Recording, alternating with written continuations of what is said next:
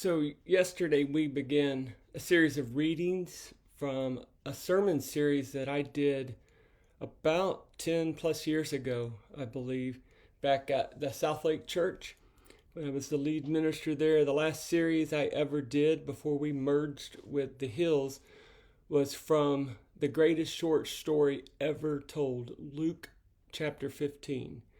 And so, yesterday, reading was the first part of the first message. I'm going to share the second part of that today, and then in the following days, we're going to do a deeper dive into it. And who knows how long this is going to go, but hopefully it will be helpful for some of you. As I mentioned yesterday, Tim Keller's book, The Prodigal God, really shaped and reshaped my thoughts on this whole story. And in fact, sort of the thesis, if you will, of this series is this quote that Keller gives that really summarizes what's going on in this story. And here's what he says. This story deals with an assault on community because of idolatry, which is only overcome by agony. And yesterday we looked at the younger brother. And we said that younger brother idolatry shows itself in immorality. Remember, he was the one who wanted his share of the inheritance. He got the money and he went off to a distant land and he blew it all on wild living. But the story is not over. In fact, Jesus hasn't even gotten to his punchline yet. So let's pick up this reading today with near the end of the message I gave. By the way, I was looking, October 17th, 2010 is the date this message was originally delivered. Okay. As the story goes, just when it seems like the family is being restored, the older brother idolatry appears as he assaults the integrity and cohesion of the family in a self-righteous and angry way. At the moment of the family's greatest triumph, the older brother refused to go into the party and welcome his brother home. He is basically saying, I don't want to be part of a family like this. I deserve better than this. I've been working real hard. I've been obedient. I've gone to church. I've stayed home. And now you're wasting my inheritance on him? I mean, can you feel the frustration in him? The family is just as much at a crisis point in the end as it was at the beginning. They both love the father's things, but not the father. You don't have to be a psychologist to know that this is the greatest day in the father's life. His lost son comes home. But the older brother is appalled that the father was recklessly extravagant in welcoming his brother home. He is furious. And so he humiliates the father by not going into the party. And he doesn't care. Sometimes we look at this story with a sigh of relief because we don't feel like we are as distant as the younger son was. We're in church, right? But the truth is the older brother was just as alienated from the father as the younger one was.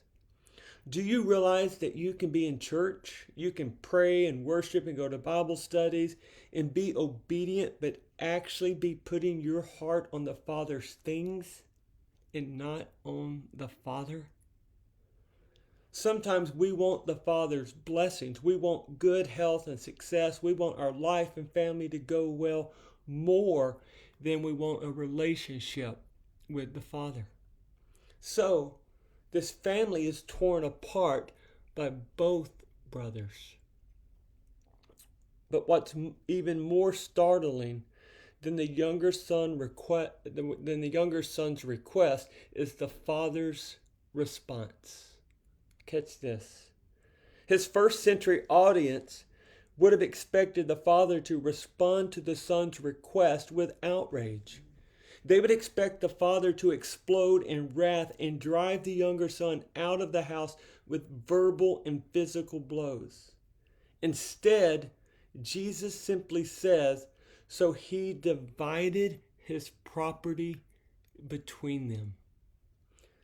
Jesus used an unusual Greek word that is translated as property. It is the word bios, which means life.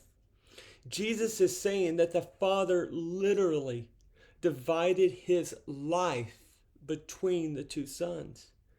Jesus used this word to convey what it is like for the father in that culture to have his family torn apart, to lose his land and his family's good name. The father is being asked to tear his very life apart, and he does. Anyone in that community would have thought that the father was being foolish to give in to the younger son's request. But looking back, we know better. If the father had exploded with anger and drove the son out with blows, restoration would never have happened. The father's heart would have been too hardened to ever receive him back. But by bearing the agony and pain of the son's sin himself, instead of taking revenge, the father kept the door open in the relationship. The father was willing to suffer for the sin of the child so that someday reconciliation would be possible. Sound familiar? Our Father has done for us what the father in the parable did for his sons. When God came into this world, we would have expected him to come in wrath, to appear and drive us out with blows, or to leave us out of the party. But he didn't. He came in love. His life was literally torn apart so we could be made right with him.